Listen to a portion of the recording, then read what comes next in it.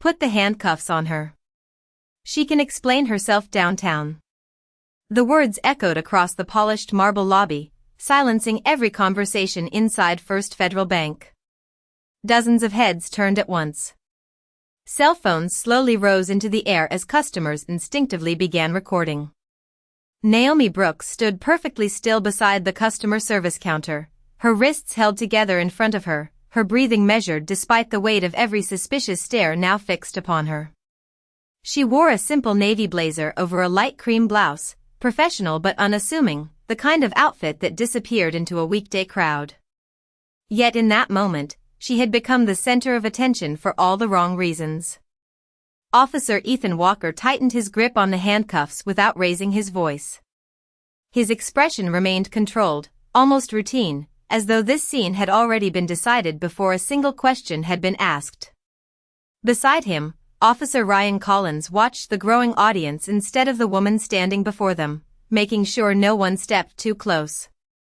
The soft hum of the bank's air conditioning mixed with the distant beeping of counting machines and the nervous whispers spreading through the lobby like ripples across still water. Naomi slowly looked around the room. An elderly couple stared from the waiting area. A young mother quietly pulled her son closer. A businessman in an expensive gray suit shook his head before returning his attention to the screen of his phone, already typing what he believed he had just witnessed. No one asked her side of the story. No one wondered why she remained so calm. In the eyes of nearly everyone present, the handcuffs had already become proof enough. Officer Walker glanced toward the bank manager. "We'll continue this at the station," he said firmly. "If everything checks out, she'll be free to leave." His words sounded reasonable. Professional. Measured. Yet they settled over the room with the quiet certainty of a verdict already delivered.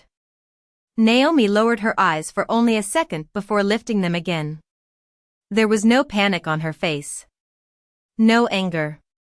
Only disappointment hidden behind remarkable composure. She knew. Raising her voice would change nothing. She knew arguing in front of a crowd would only feed assumptions already forming in strangers' minds.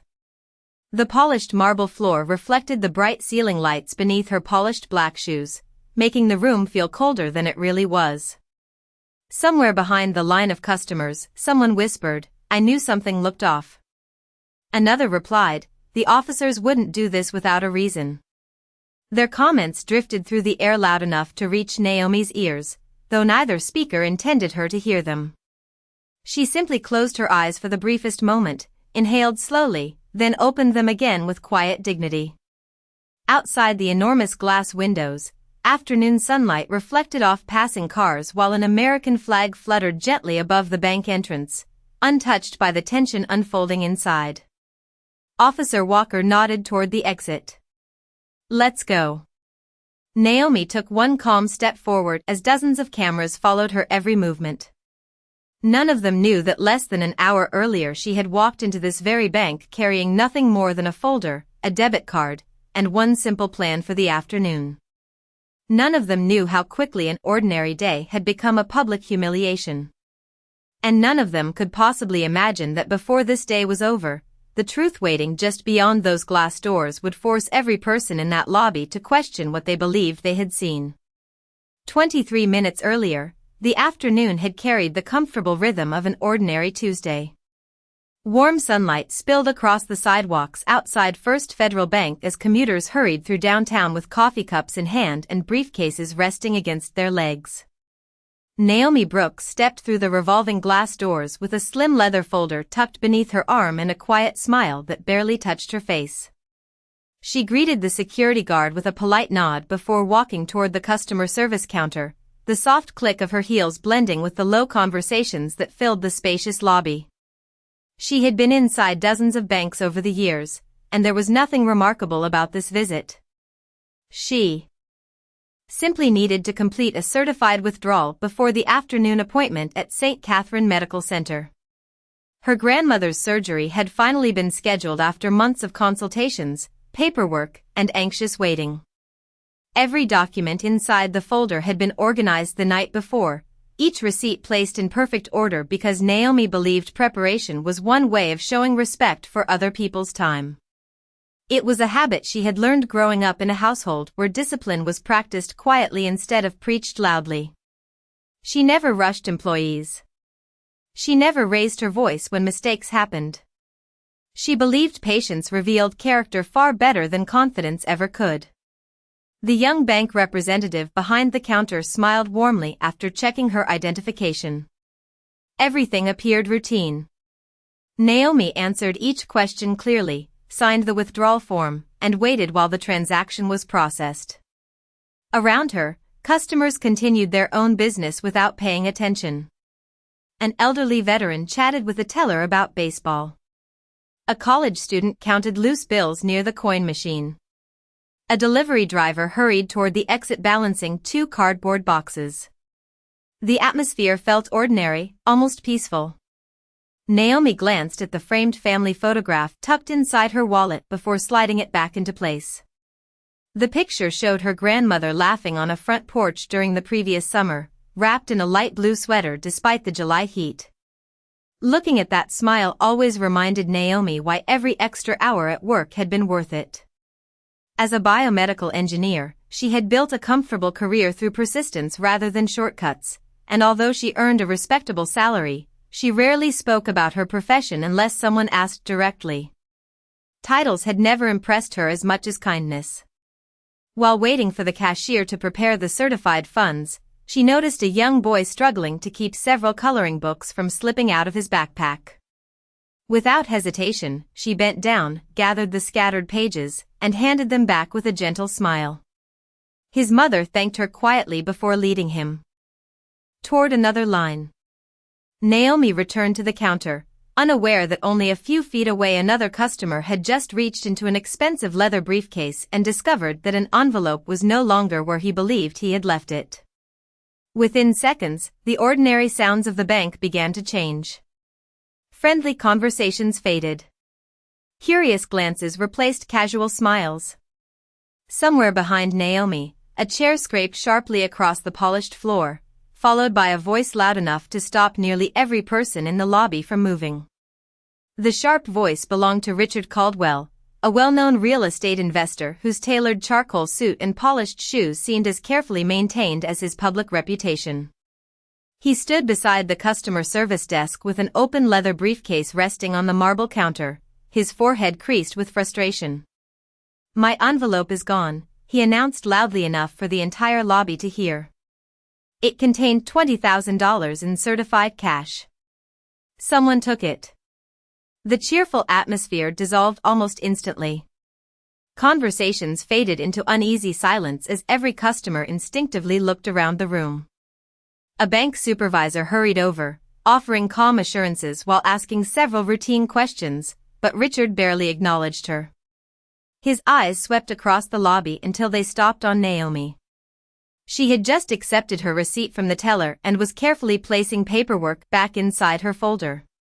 She noticed the room growing quiet and glanced up, uncertain why so many strangers were suddenly looking in her direction. Richard lifted one finger. "She was standing closest to me," he said with unsettling confidence. "She walked right past my briefcase a minute ago." Naomi blinked, genuinely surprised.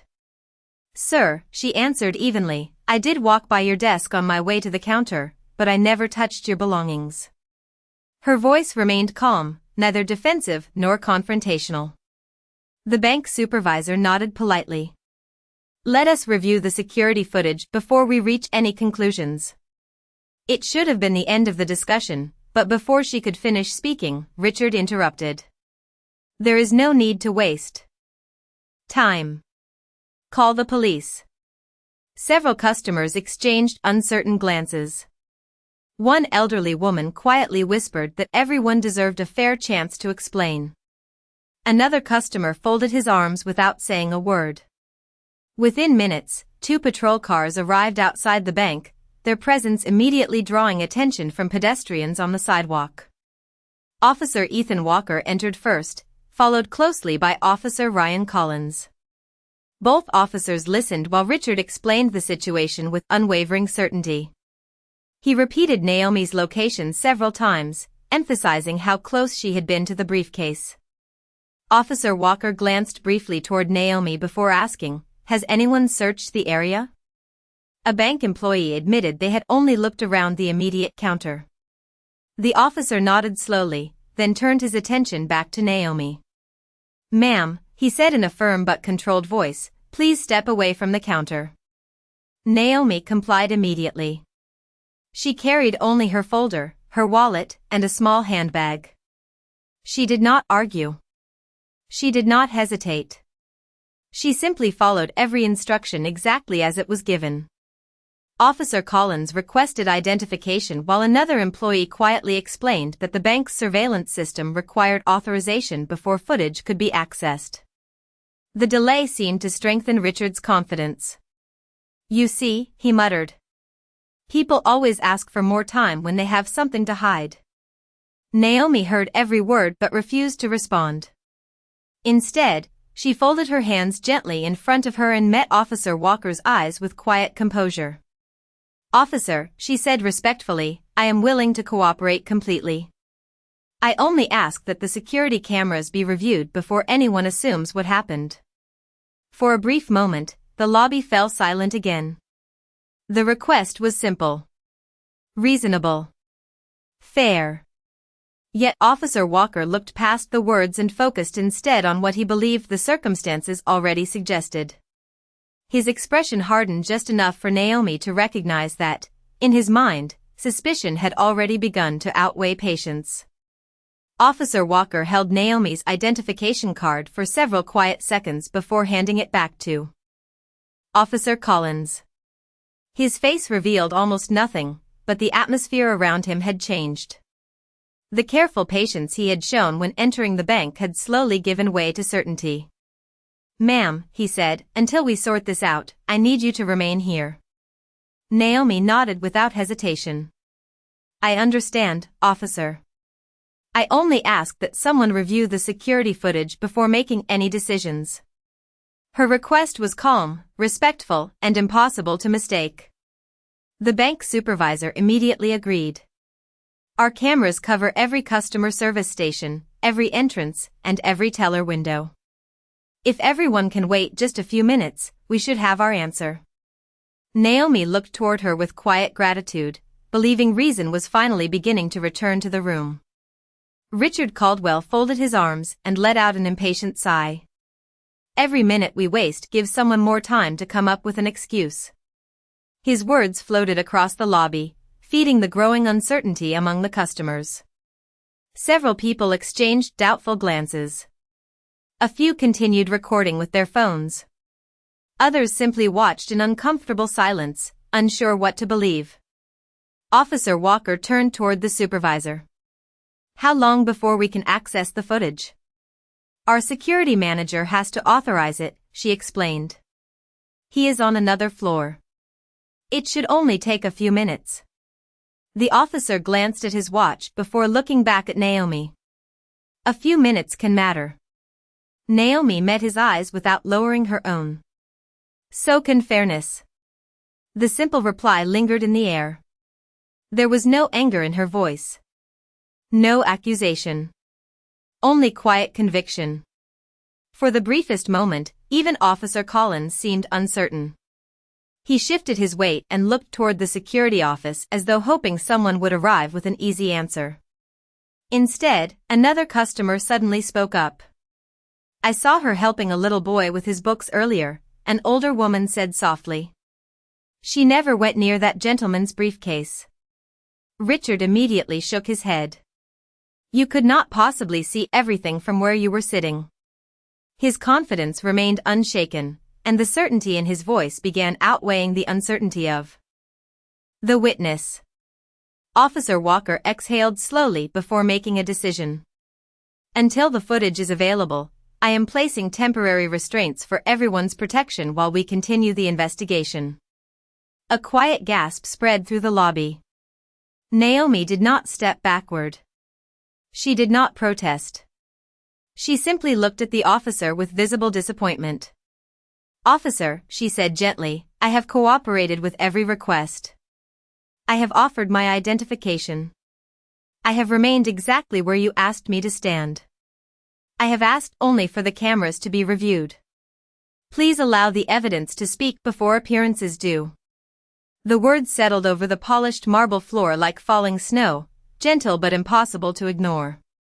Even the counting machines behind the teller stations seemed unusually loud against the silence that followed. Yet Officer Walker had already reached his conclusion. Believing he was following procedure, he carefully secured temporary handcuffs around Naomi's wrists while assuring her they would be removed if the investigation cleared her. Naomi lowered her eyes for only a heartbeat before lifting them again. Her posture remained straight. Her breathing remained steady.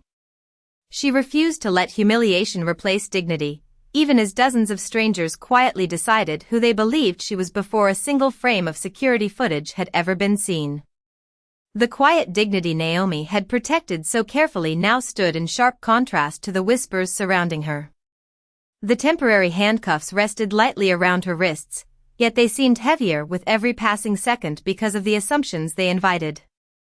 Customers who had entered only moments earlier slowed their steps as they noticed the unusual scene unfolding near the center of the lobby. Some lowered their voices. Others openly stared. A teenager standing near the entrance discreetly raised his phone and began recording, believing he had stumbled upon a story worth sharing before learning any of the facts. Naomi noticed the camera but said nothing. She had spent her entire life believing that character was measured most clearly when no one else chose fairness. Officer Collins collected her leather folder and small handbag with professional care, placing them on a nearby desk where they would remain untouched until the investigation concluded. Every item was documented in plain view. A wallet. A certified withdrawal receipt. Medical paperwork from St. Catherine Medical Center. Reading glasses. A small notebook. Nothing suggested dishonesty, yet procedure continued as though certainty had already replaced possibility. Richard Caldwell watched from several feet away with folded arms. His posture projected confidence, but beneath that confidence lingered impatience. He wanted confirmation, not questions. I told you she had the opportunity, he said quietly enough to sound conversational but loudly enough for nearby customers to hear. People can look respectable and still fool everyone. His remark settled into the room like an unwanted draft of cold air. Naomi slowly turned toward him. Her expression remained composed, her voice steady. Sir, I truly hope your money is found. I would never wish this situation on anyone. But I also hope the truth matters as much as the accusation. Richard looked away without answering. Across the lobby, the elderly woman who had defended Naomi earlier shook her head softly. Everyone deserves evidence before judgment, she whispered to the customer beside her. The younger man nodded uncertainly, no longer as convinced as he had been only minutes before. Behind the customer service offices, a junior security technician named Daniel Mercer hurried through a restricted hallway carrying an electronic access card. He had been called from another department after hearing there was an urgent request to retrieve surveillance footage. As he approached the security room, he glanced through the lobby windows and immediately noticed Naomi standing quietly beside the officers. Something about the scene unsettled him. He had reviewed hundreds of recordings during his 3 years with the bank, and experience had taught him one simple lesson. Cameras rarely cared about assumptions. They simply remembered what happened. Daniel inserted his access card into the secured door, waiting for the lock to release with a soft electronic click. Inside the surveillance room, dozens of monitors displayed every corner of the building from multiple angles. He logged into the system and began locating the correct timeline while another employee stood beside him awaiting authorization from bank management before any footage could be shown. Out in the lobby, the minutes felt unusually long. The bright afternoon sunlight continued pouring through the tall glass windows, casting warm reflections across the polished marble floor, but the warmth never reached the people waiting inside. Naomi closed her eyes for a single quiet breath before opening them again. She did not ask for special treatment. She did not mention her career, her family, or anyone who might have carried influence. She simply waited for the same thing she had requested from the beginning. The truth. Time seemed to slow inside the bank as every sound became strangely distant. The counting machines continued their steady rhythm behind the teller stations. Air drifted softly through the ceiling vents. Outside, traffic rolled past beneath a bright afternoon sky, completely unaware that a single misunderstanding had quietly transformed the lives of everyone standing inside the marble lobby. Naomi remained where Officer Walker had asked her to stand, her hands resting calmly before her. She shifted her gaze toward the tall windows, watching sunlight shimmer across the polished sidewalk beyond the glass. It reminded her of countless mornings when her father had taught her that true strength was measured by composure rather than volume. Anyone can remain gracious when life is easy, he had often said. Character reveals itself when no one else chooses fairness. Those words had stayed with her long after childhood, guiding her through classrooms, laboratories, difficult conversations, and every professional challenge she had ever faced. She quietly repeated them now, not to comfort herself, but to remind herself that another person's assumptions did not have the power to define her. Officer Collins noticed the unusual calm in her expression. Most people placed in such circumstances argued, pleaded, or demanded immediate answers. Naomi did none of those things. She simply stood with quiet dignity, waiting for facts to replace speculation. The difference unsettled him more than he expected. Across the room, Richard Caldwell paced slowly beside the customer service desk, checking his watch every few moments. The confidence he had displayed earlier remained, but impatience had begun replacing certainty. He wanted the investigation finished before inconvenient questions could complicate the story he believed had already been written. The bank manager stood near the entrance to the security office, glancing repeatedly toward the closed door as she waited for authorization to review the surveillance system. Every passing minute seemed longer than the last. The atmosphere had grown so quiet that the gentle rustle of paper receipts sounded unusually loud. Naomi lowered her eyes toward the small family photograph still visible inside her open wallet resting on the evidence table. Her grandmother smiled warmly from the picture, sitting on the porch swing they had rebuilt together 2 summers earlier. Naomi remembered promising she would meet her at the hospital before the evening consultation. She wondered whether she would arrive late. She wondered whether her grandmother would worry after the unanswered phone calls.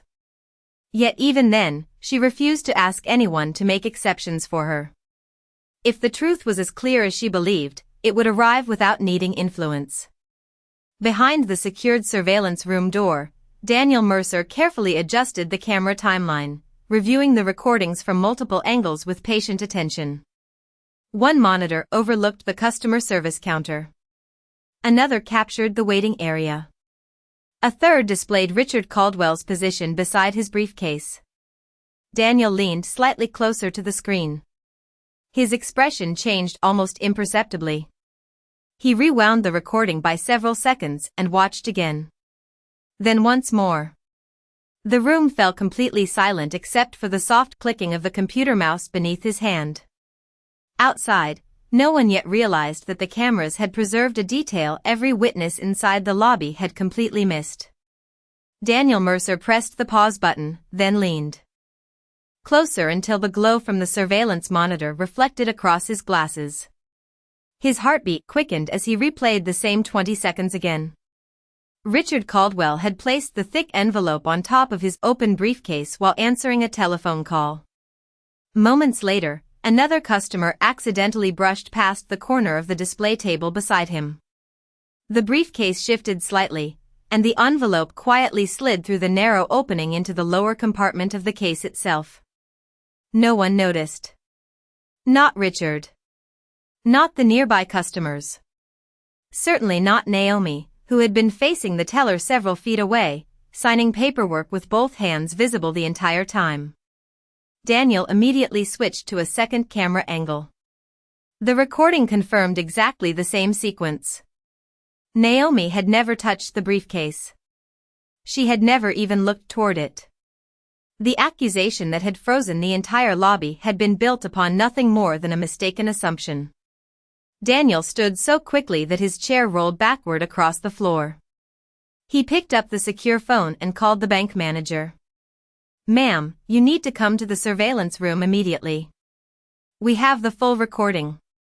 Less than a minute later, the bank manager entered, followed by Officer Walker and Officer Collins. Richard Caldwell insisted on coming as well, still convinced the footage would validate everything he had claimed. Daniel said nothing. He simply restarted the recording. The room fell silent except for the quiet hum of the security equipment. Every eye remained fixed on the monitor.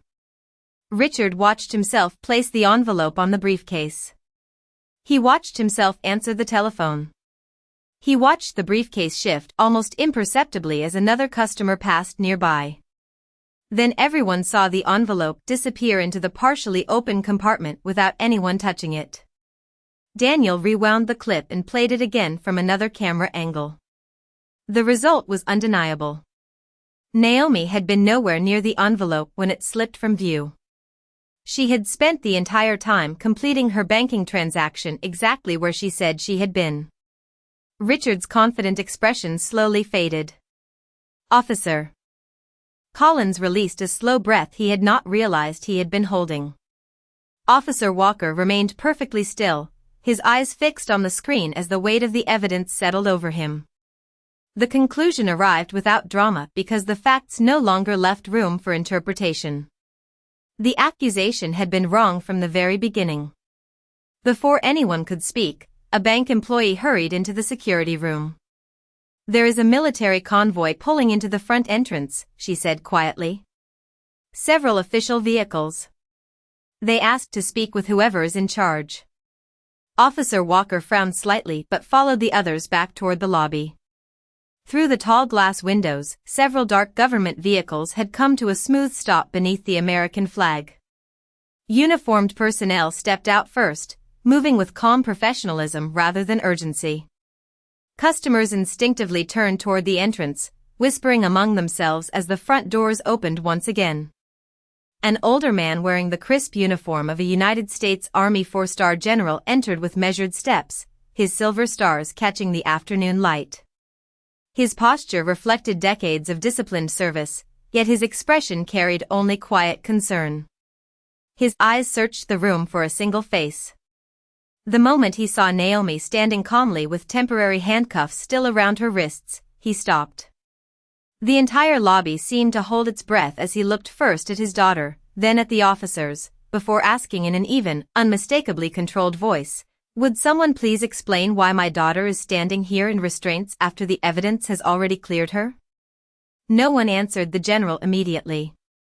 The silence stretching across the lobby felt heavier than any spoken explanation could have been. Officer Walker looked toward the bank manager, then toward the surveillance technician, as though hoping someone else would speak first. Instead, Daniel Mercer quietly stepped forward holding a tablet that displayed the recorded footage. "Sir," he said respectfully, "the cameras confirmed that Miss Brooks never touched the envelope.